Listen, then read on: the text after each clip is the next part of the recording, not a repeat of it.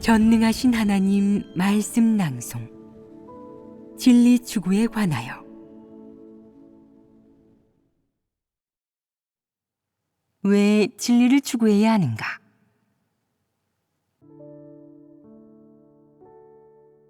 시대와 인류가 발전하고 만물이 운행함에 따라 또한 하나님의 손이 지배하고 하나님이 주재하며 인도하고 이끌음에 따라 인류와 만물 그리고 이 우주는 계속해서 앞으로 나아가고 있었다. 수천 년간 율법 아래에서 단속받으며 살아가던 인류는 결국 더 이상 율법을 지킬 수 없게 되어 하나님의 사역에 따라 하나님이 열어준 다음 시대인 은혜 시대로 진입했다. 은혜 시대의 도래는 하나님이 보낸 선지자의 예언을 전제로 펼쳐진 사역이다. 이 사역은 사람의 관념으로 상상하는 것처럼 훈훈하거나 사람의 뜻대로 되지도 혹은 그렇게 아름다워 보이지도 않았다. 표면적으로는 모든 일들이 마치 예언에 어긋나는 것처럼 보였다. 이런 상황에서 사람으로서는 도저히 상상 못할 일이 발생했으니 그것은 바로 성육신 하나님인 예수가 십자가에 못 박힌 일이다. 이 모든 것은 사람의 예상을 뛰어넘는 일이었다. 표면적으로는 차마 눈 뜨고는 볼 수 없을 정도로 잔혹하고 피비린내를 풍겼지만 이 모든 일은 하나님이 율법 시대를 끝내고 새로운 시대를 여는 발단이 되었다. 이 새로운 시대가 바로 지금 너희 모두가 알고 있는 은혜 시대인 것이다. 은혜 시대는 마치 율법 시대에 하나님의 예언을 어긴 상태에서 도래한 것처럼 보인다. 물론 성육신 하나님이 십자가에 못 박히면서 도래한 것이기도 하다. 이 모든 일은 그렇게 갑작스럽고도 무르르듯 자연스럽게 발생했다. 하나님이 이런 방식으로 옛 시대를 끝내고 새로운 시대를 열고 펼친 것이다. 비록 이 시대의 시작과 동시에 발생한 모든 일이 믿기 힘들 정도로 잔혹하고 피비린내 풍기고 나아가 너무 갑작스럽고 사람의 생각처럼 아름답거나 훈훈하지는 않았지만 비록 은혜 시대의 첫 장면이 눈뜨고는 볼 수 없을 정도로 마음 아팠지만 그래도 다행인 것은 무엇이겠느냐. 율법 시대의 종식은 더 이상 하나님이 율법 아래 살아가는 인류의 각종 언행을 인내할 필요가 없다는 것을 의미하며 하나님의 사역과 계획에 따라 인류가 다음의 새 시대를 향해 발을 힘껏 내디뎠다는 것을 의미한다.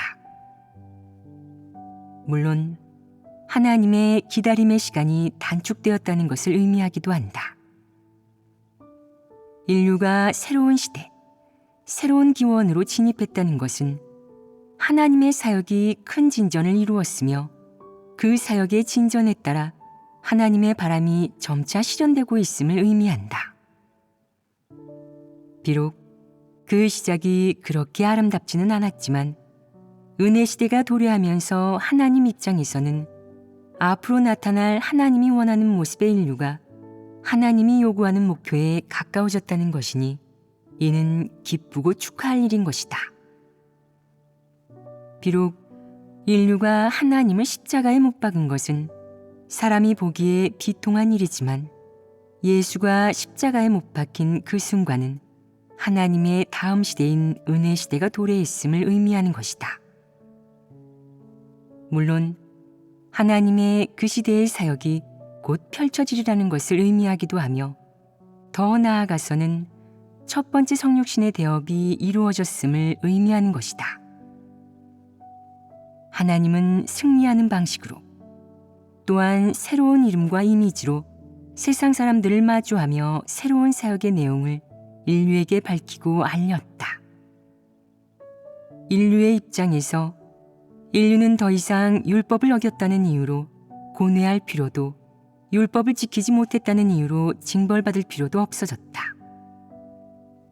은혜 시대의 도래는 인류를 하나님의 예전 사역에서부터 벗어나 전혀 새로운 사역의 환경과 사역 단계, 그리고 새로운 사역 방식으로 진입하게 함으로써 인류에게 새로운 진입, 새로운 삶을 가져다 주었다.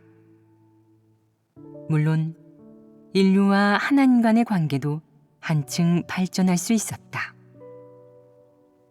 하나님이 성육신했기에 사람은 하나님과 마주하여 실제적 음성과 말씀을 듣고 하나님의 사역 방식, 그리고 하나님의 성품 등을 볼 수 있었다.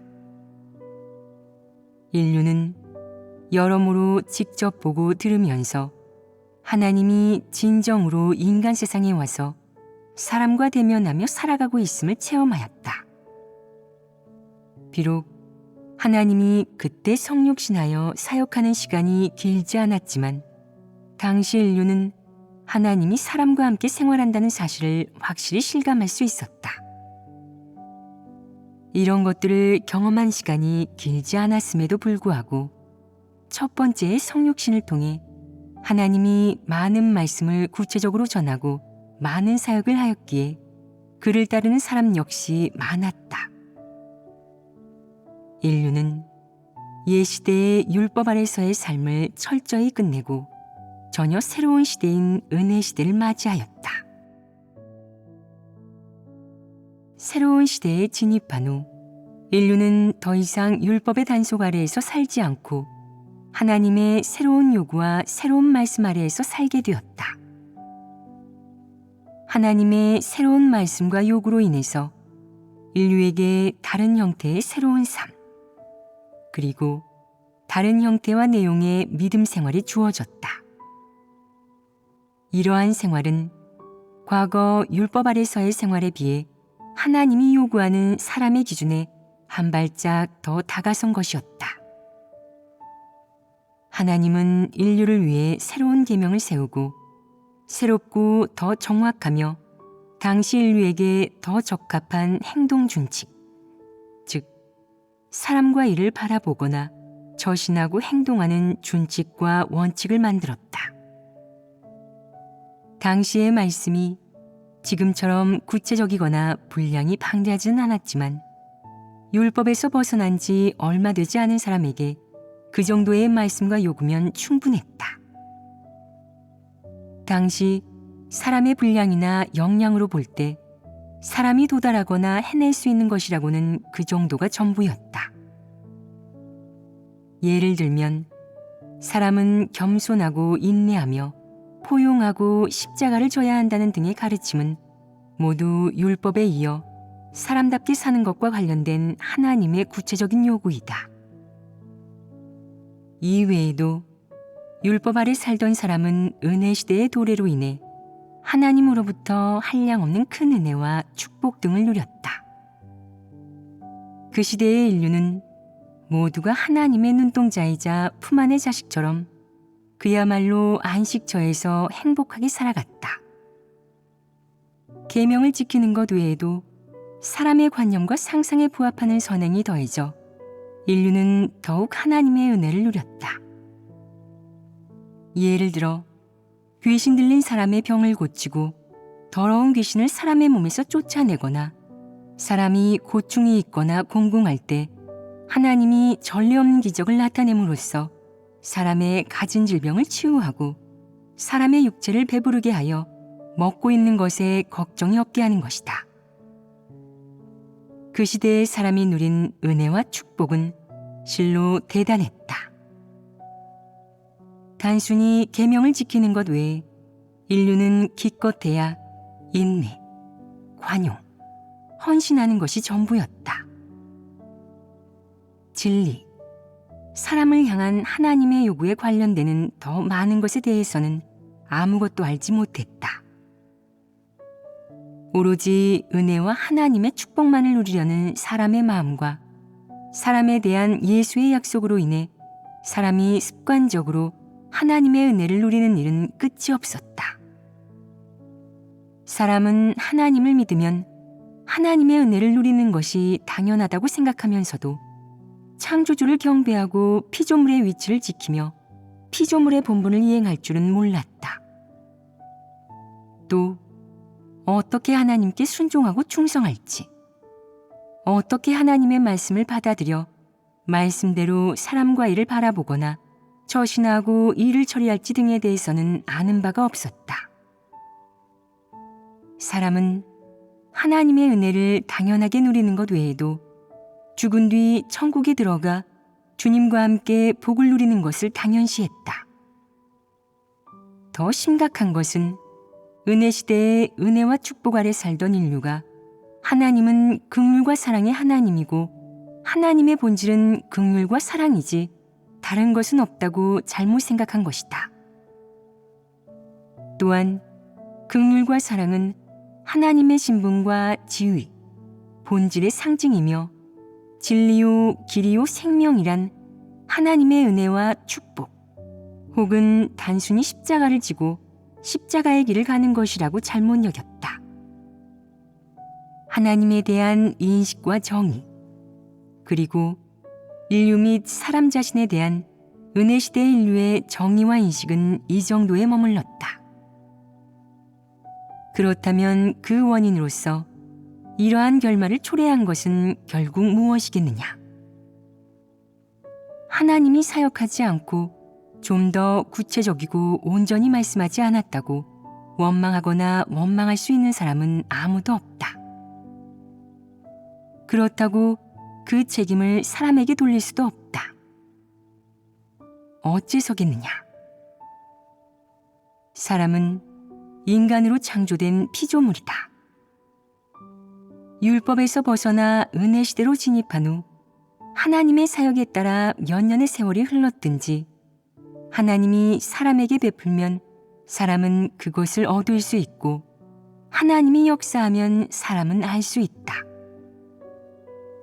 이를 제외한 하나님이 역사하지 않은 것, 말씀하지 않은 것, 밝히지 않은 것을 깨닫고 이해할 수 있는 능력을 인류는 갖추지 못했다. 하지만 객관적인 환경에서 보나 거시적인 배경에서 보나 수천 년간 발전해온 인류가 은혜 시대라는 시대로 진입한 상태에서 여기까지만 이해할 수 있었고 하나님도 그러한 사역만 할 수밖에 없었다.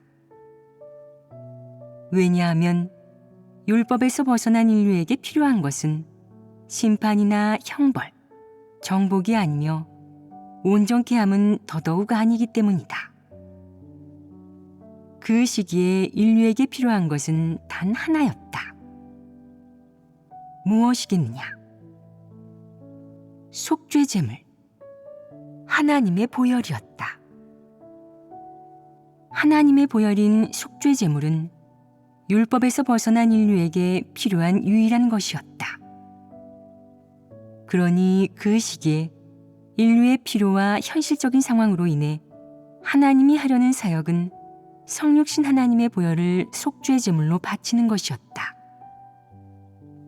그래야만 인류를 율법에서 속량할 수 있었고 하나님의 보혈을 대가로 그리고 속죄 제물로 인류의 죄를 사할 수 있었다. 사람은 죄사함을 받아야만 비로소 무죄의 자격으로 하나님 앞에 나아가 그의 은혜와 인도를 받을 수 있었다. 하나님이 보혈을 인류에게 그리고 인류를 위해 바침으로써 인류는 속량될 수 있었다. 갓 속량된 인류는 무엇을 할 수 있었겠느냐? 갓 속량된 인류에게 무엇이 필요했겠느냐? 만약 곧바로 정복하고 심판하며 형벌을 내렸다면 인류는 그 모든 것을 받아들일 능력도 이해할 능력도 깨달을 조건도 갖추지 못했을 것이다.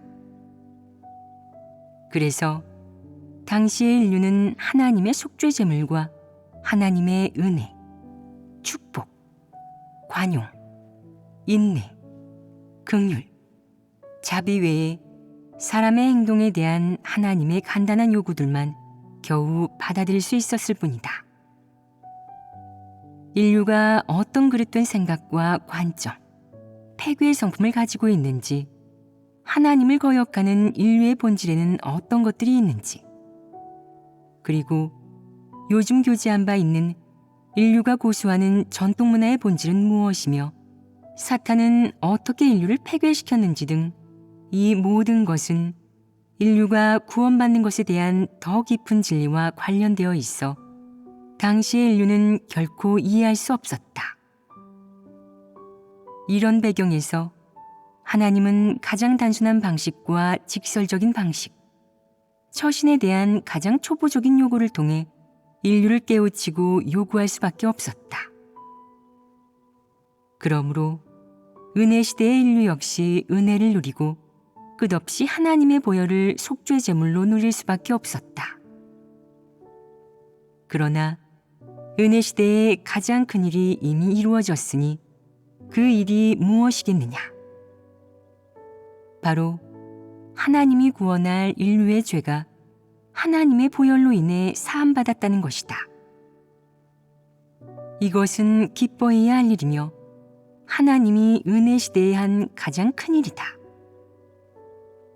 죄사함 받은 인류가 더 이상 죄된 몸의 이미지나 죄인의 신분으로 하나님 앞에 나아가지 않아도 되었고 속죄 제물로 죄사함 받아 하나님 앞에 나아갈 자격을 얻었다. 하지만 인류와 하나님의 관계는 여전히 피조물과 창조주의 관계, 창조된 인류와 창조주의 관계에 미치지 못했다. 은혜 아래의 인류는 하나님이 요구하는 만물을 다스리는 주인의 역할에서 여전히 멀기만 했다. 그러니 하나님은 기다리고 인내해야 했다. 하나님의 기다림은 무엇을 의미하겠느냐? 그런 인류가 계속 하나님의 은혜 속에서 은혜 시대 하나님의 여러 사역 방식 아래에서 살아가야 한다는 것을 의미한다. 하나님이 구원할 인류는 소수의 무리나 하나의 민족에 그치지 않으며 하나의 민족, 하나의 파벌에 국한되지 않는다. 그러므로 은혜 시대는 율법 시대와 마찬가지로 수천 년을 거쳐야만 했다. 인류는 똑같이 하나님이 인도하는 새로운 시대에서 계속해서 살아가야 했다. 한 해 또 한 해, 한 세대 또 한 세대, 그렇게 인류는 여러 시대를 거치면서 영겁의 세월과 상점벽해를 수차례 겪어야 했다. 인류는 시기마다 다른 변화를 겪고 지구상의 만물에 다양한 변화가 일어났다. 이 모든 것을 거치는 과정에서 하나님의 말씀과 사역, 그리고 은혜 시대에 예수가 인류를 속량한 사실이 지구 끝까지, 세상의 구석구석까지 전해져 세상 만인이 알게 되었는데, 이는 그 시대, 즉 율법 시대에 이은 은혜 시대가 일단락되었다는 의미이다. 그 기간 동안 하나님은 묵묵히 기다리는 것에 그치지 않고 기다리면서 은혜 시대의 인류에게 다양한 방식으로 사역했다. 그는 계속 은혜 위주의 사역을 이어가면서 그 시대의 인류에게 은혜와 축복을 내리고 그의 행사, 은혜 시대에 한 그의 사역과 말씀, 그리고 그가 행한 사실과 그의 뜻이 그가 선택하려는 모든 사람의 귀에 이르게 하여 그들이 더는 죄된 몸의 이미지나 죄인의 신분으로 그의 앞에 서지 않도록 그의 속죄 제물을 얻을 수 있게 하였다. 비록 사람과 하나님의 관계가 더 이상 율법 시대에 일면식도 없는 관계가 아닌 신자와 주, 그리스도인과 그리스도의 관계로 발전했지만 이런 관계는 여전히 하나님이 원하는 궁극적인 관계인 인류와 하나님, 피조물과 창조주의 관계는 아니었다. 물론 그런 관계가 피조물과 창조주라는 관계와는 여전히 큰 차이가 있지만 율법 시대의 인류와 하나님의 관계에 비해 큰 진전을 이루었으니 기뻐할 만한 일이었다. 그러나 어찌되었든 하나님은 계속 인류를 인도해야 했다. 마음속 깊이 하나님에 대해 관념과 상상, 토색과 요구, 폐역과 대적이 충만한 이런 인류를 계속해서 앞으로 인도해야 했다. 어째서겠느냐? 이런 인류가 하나님의 은혜를 누리는 것 말고는, 긍휼과 사랑의 하나님 말고는 하나님의 진정한 신분, 지위, 본질에 대해서는 아무것도 모르기 때문이었다. 이런 인류가 사탄의 패괴를 거쳐 하나님의 은혜를 누렸음에도 불구하고 사람의 본질, 마음속 깊은 곳의 수많은 관념과 사상은 여전히 하나님을 거스르고 대립하는 것이었다. 사람이 어떻게 하나님께 순종하는지, 어떻게 피조물의 본분을 이행할 수 있는지 모르고 어떻게 해야 합당한 자격을 갖춘 피조물이 될 수 있는지는 더더욱 알지 못하니 창조주를 어떻게 경배해야 하는지 아무도 모르는 것은 말할 나위도 없었다. 인류가 이 정도로 패괴되었는데 세상 만물을 이런 패괴된 인류의 손에 맡긴다면 그 결과는 세상 만물을 사탄의 손에 넘기는 것과 하등의 차이도 없이 완벽하게 같을 것이다. 그래서 하나님은 계속해서 그의 사역을 이어나가고 인류를 하나님이 하려는 다음 사역으로 인도해야 했다. 그 사역은 하나님이 오랫동안 기대하며 갈망했고 예전부터 이를 위해 오랜 시간 인내했던 사역이다. 인류가 하나님의 풍성한 은혜를 넘치게 받은 후 이 세상과 인류는 마침내 어떤 면에서든 하나님이 진정 인류 구원 사역을 해야 하는 정도에까지 이르렀다. 하나님이 인류를 정복하고 심판하고 형벌하며 수많은 진리를 선포하여 사람을 온전케 하고 만물 가운데서 만물을 다스릴 수 있는 인류를 얻어야 할 시기가 된 것이다. 이 시기가 되었으니 하나님은 더 이상 인내하며 은혜 시대의 인류를 은혜 속에서 살아가도록 인도할 필요도, 은혜 아래의 인류를 공급하고 목양하며 돌보고 지킬 필요도 없다.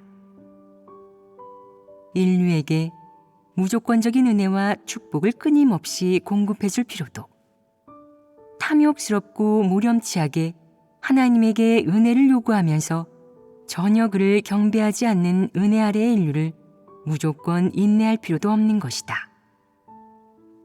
그 대신 하나님이 하려는 것은 그의 뜻과 성품, 본질을 나타내고 그의 참된 마음의 소리를 전하는 것이다. 이 기간 하나님은 인류에게 필요한 다방면의 진리와 말씀을 공급하는 한편 그의 진실한 성품, 즉 공의로운 성품을 드러내고 나타낸다. 하나님은 그의 공의로운 성품을 나타내면서 그저 심판, 정죄의 말을 공허하게 몇 마디 던짐으로써 이를 매듭짓는 것이 아니며 사실을 통해 인류의 패괴와 본질, 사탄적 주태, 하나님에 대한 인류의 패역과 대적, 버림, 그리고 수많은 관념과 배반을 들추어낸다.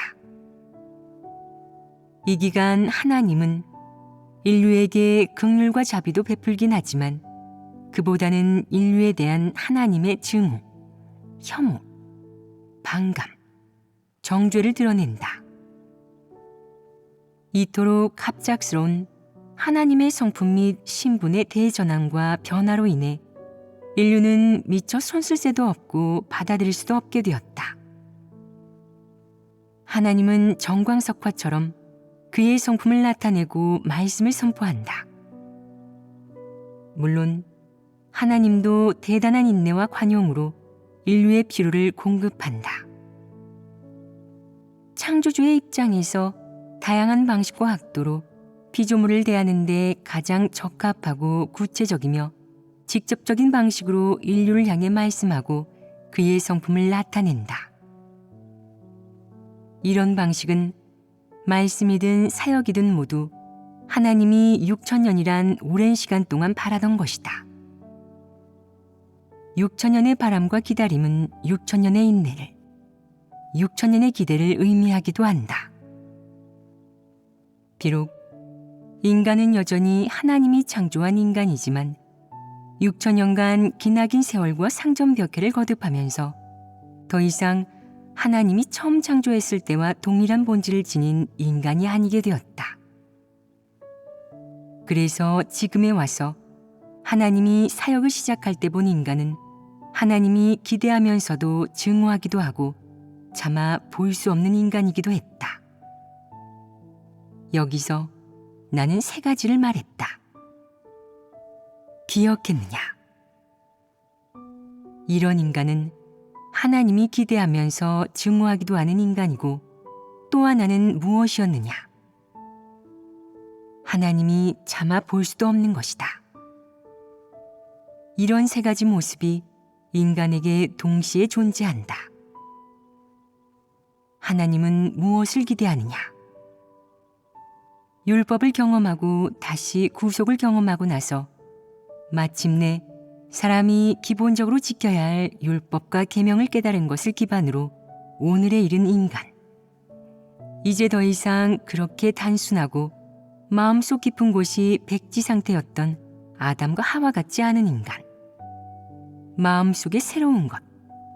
바로 하나님이 기대하던 인간이 가지고 있어야 하는 것이 조금 생긴 인간인 것이다. 하지만 이와 동시에 인간은 하나님이 증오하는 인간이기도 하다. 그렇다면 하나님은 무엇을 증오하느냐? 모두 이것을 알고 있느냐? 인간은 사탄의 패괴의 성품으로 가득하다. 사람도 귀신도 아닌 모습으로 살아가니 더 이상 뱀의 유혹을 이겨내지 못한 것처럼 그렇게 단순하지 않다. 비록 인간은 저마다 사상 관점과 주관, 만사 만물을 바라보는 방식이 있지만 사람과 일을 바라보거나 저신하고 일을 처리하는 데에는 하나님이 원하는 것들이 전혀 없다. 인간은 생각할 때는 주관을, 일을 할 때는 입장과 방식, 그리고 태도를 가지지만 인간이 가진 이 모든 것은 사탄의 패괴에서 비롯된 것으로 모두 사탄의 관점과 철학의 바탕을 두고 있다. 사람이 하나님 앞으로 나아갈 때 사람의 마음은 하나님에 대한 순종이나 진심은 전혀 없고 사탄의 독소에 젖어 사탄의 사상교육과 패괴의 성품으로 가득하다. 이는 무엇을 의미하느냐? 하나님이 사람에게 많은 말씀을 하고 많은 사역을 펼쳐 사람의 생존 방식과 하나님에 대한 태도를 바꿔야 한다는 것이다. 물론 더 구체적으로는 사람과 일을 바라보거나 저신하고 일을 처리하는 사람의 준칙과 방식을 바꿔야 한다는 말이다. 이 모든 것이 효과를 보기 전까지는 인간은 하나님이 보기에 증오의 대상일 뿐이다. 하나님이 그가 증오하는 대상을 구원하려고 한다면 그때 하나님에게 필요한 것은 무엇이겠느냐? 마음속 깊은 곳에 행복이 있겠느냐, 기쁨이 있겠느냐, 아니면 위로가 있겠느냐? 위로나 기쁨은 조금도 없고 오직 증오로 가득할 뿐이다. 이런 상태에서 말씀하는 것 외에, 끊임없이 말씀하는 것 외에 하나님이 유일하게 해야 하는 것은 오직 하나, 인내하는 것이다. 이것이 하나님의 눈에 보이는 인간에게서 받는 하나님의 느낌의 2번째 방면인 증오이다. 3번째 방면은 참아 볼 수 없는 것이다. 하나님이 인간을 창조한 초심으로 보면 하나님과 사람의 관계는 부모와 자식의 관계, 가족의 관계였다. 이 관계는 비록 인간처럼 혈연 관계는 아니지만 하나님이 보기에 이 관계는 인간의 육적인 혈연 관계를 초월하는 것이었다. 처음 하나님이 만든 인간의 모습과 말세에 하나님이 본 인간의 모습은 전혀 다르다. 처음 사람의 모습은 단순하고 미숙했다. 비록 아무것도 모르지만 마음속 깊은 곳은 순결하고 깨끗했다. 두 눈을 보면 사람의 마음속 깊은 곳에 맑고 투명함을 볼 수 있었다. 오늘날 사람이 지닌 갖가지 패괴의 성품인 강팍함, 교만함, 사악함, 간사함은 볼 수 없었다. 진리를 싫어하는 성품도 없었음은 물론이다. 이러한 인간은 하나님이 처음 창조한 하나님이 흡족해한 인간임을 사람의 언행, 두 눈, 표정을 통해 알 수 있었다. 하지만 마지막에 이르러 하나님이 이런 인간을 다시 마주했을 때 사람의 마음속 깊은 곳과 두 눈은 더 이상 막지 않았고 사람의 마음속은 사탄의 패괴 성품으로 가득했다. 사람이 하나님을 대할 때의 표정, 언행은 하나님을 증오하게 했다. 하지만 누구도 부인할 수 없는 한 가지 사실이 있다. 이 사실로 말미암아 하나님은 이런 인간을 차마 볼 수 없다고 말했다.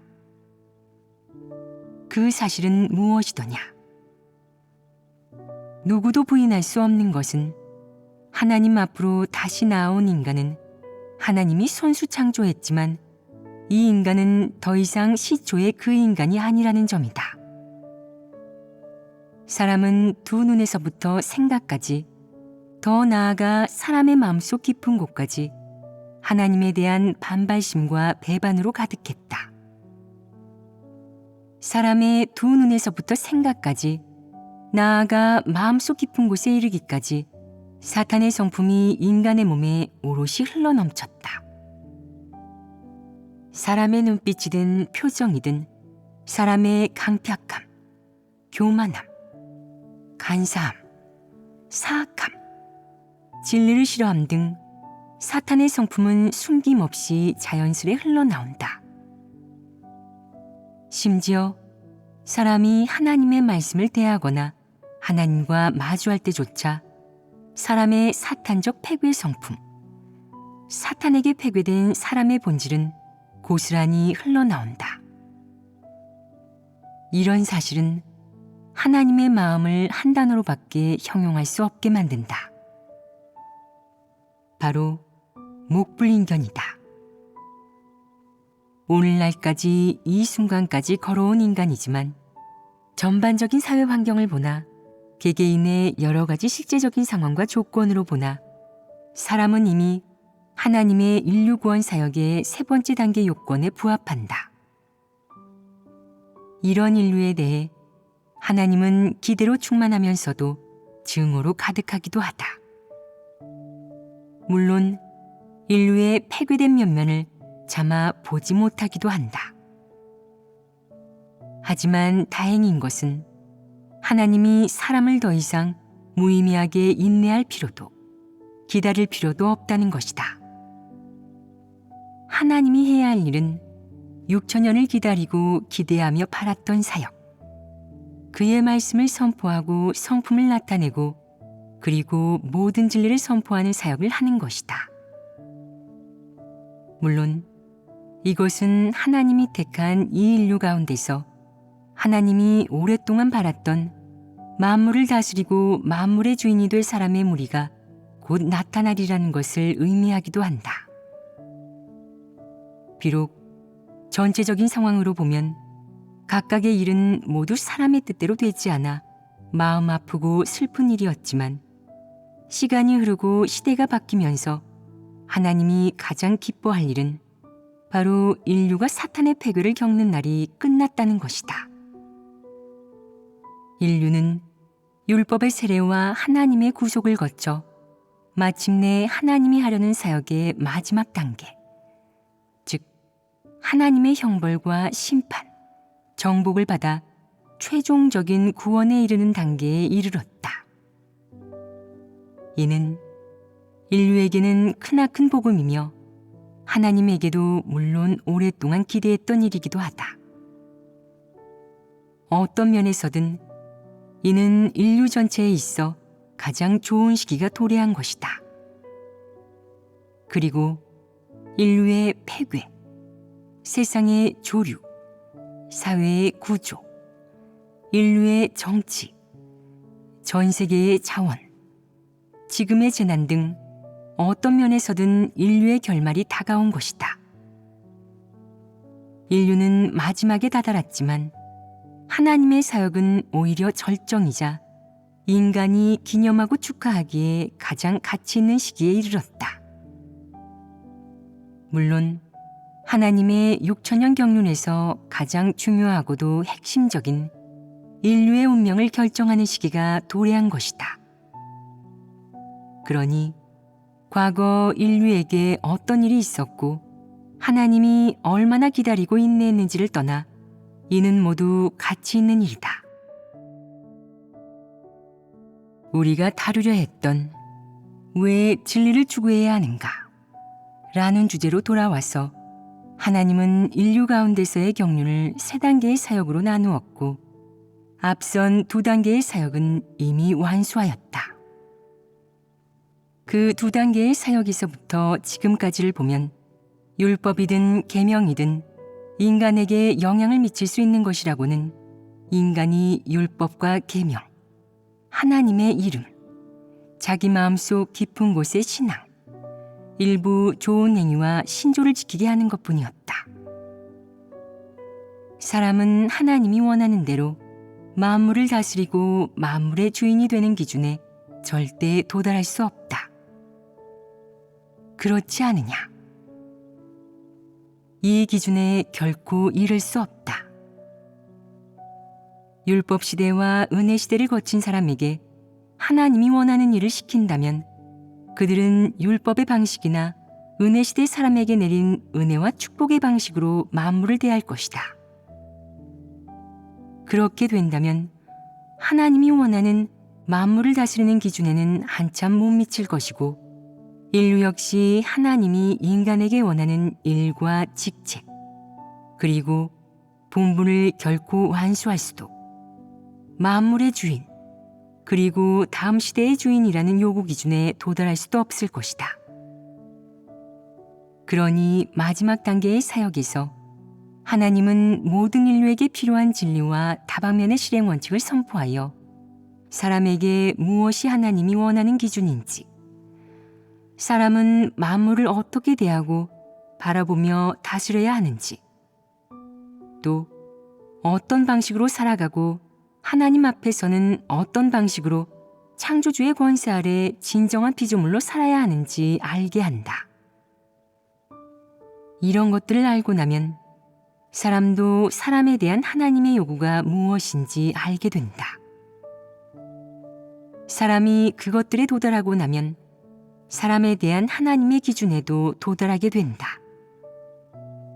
율법, 계명, 간단한 행동 준칙이 진리를 대체할 수는 없기 때문에 하나님은 말세에 사람의 실행, 사람과 이를 바라보거나 저신하고 일을 처리하는 데 관련된 많은 말씀, 그리고 진리를 선포하여 사람이 어떻게 사람과 이를 바라보거나 저신하고 일을 처리해야 하는지 알려주었다. 하나님이 사람에게 이 모든 것을 알려주었다는 것이 무엇을 의미하겠느냐? 이는 곧 하나님이 내가 하나님이 말한 그 모든 진리에 따라 사람과 이를 바라보거나 저신하고 일을 처리하면서 세상에서 살아가기를 요구한다는 것을 의미한다. 내가 이행하는 본분과 하나님에게 받은 부탁과는 무관하게 너에 대한 하나님의 요구는 변하지 않는다.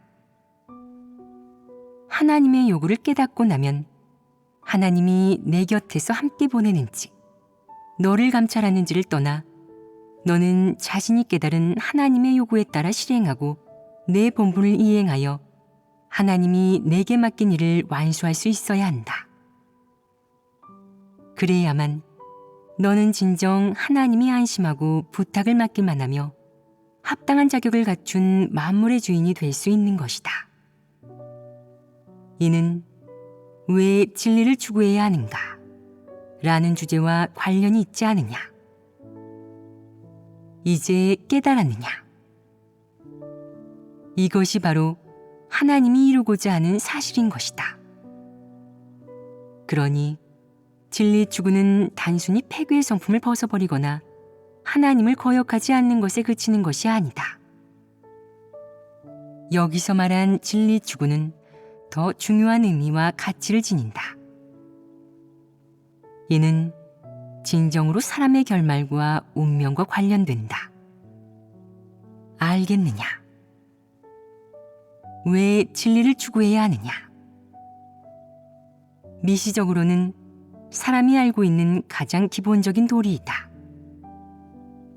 거시적으로 가장 중요한 한 가지는 바로 하나님의 편에서 살펴보면 하나님의 경영, 인류에 대한 하나님의 기대, 그리고 인류에게 거는 하나님의 희망과 관련되는 것으로 이는 하나님의 경륜의 일부인 것이다.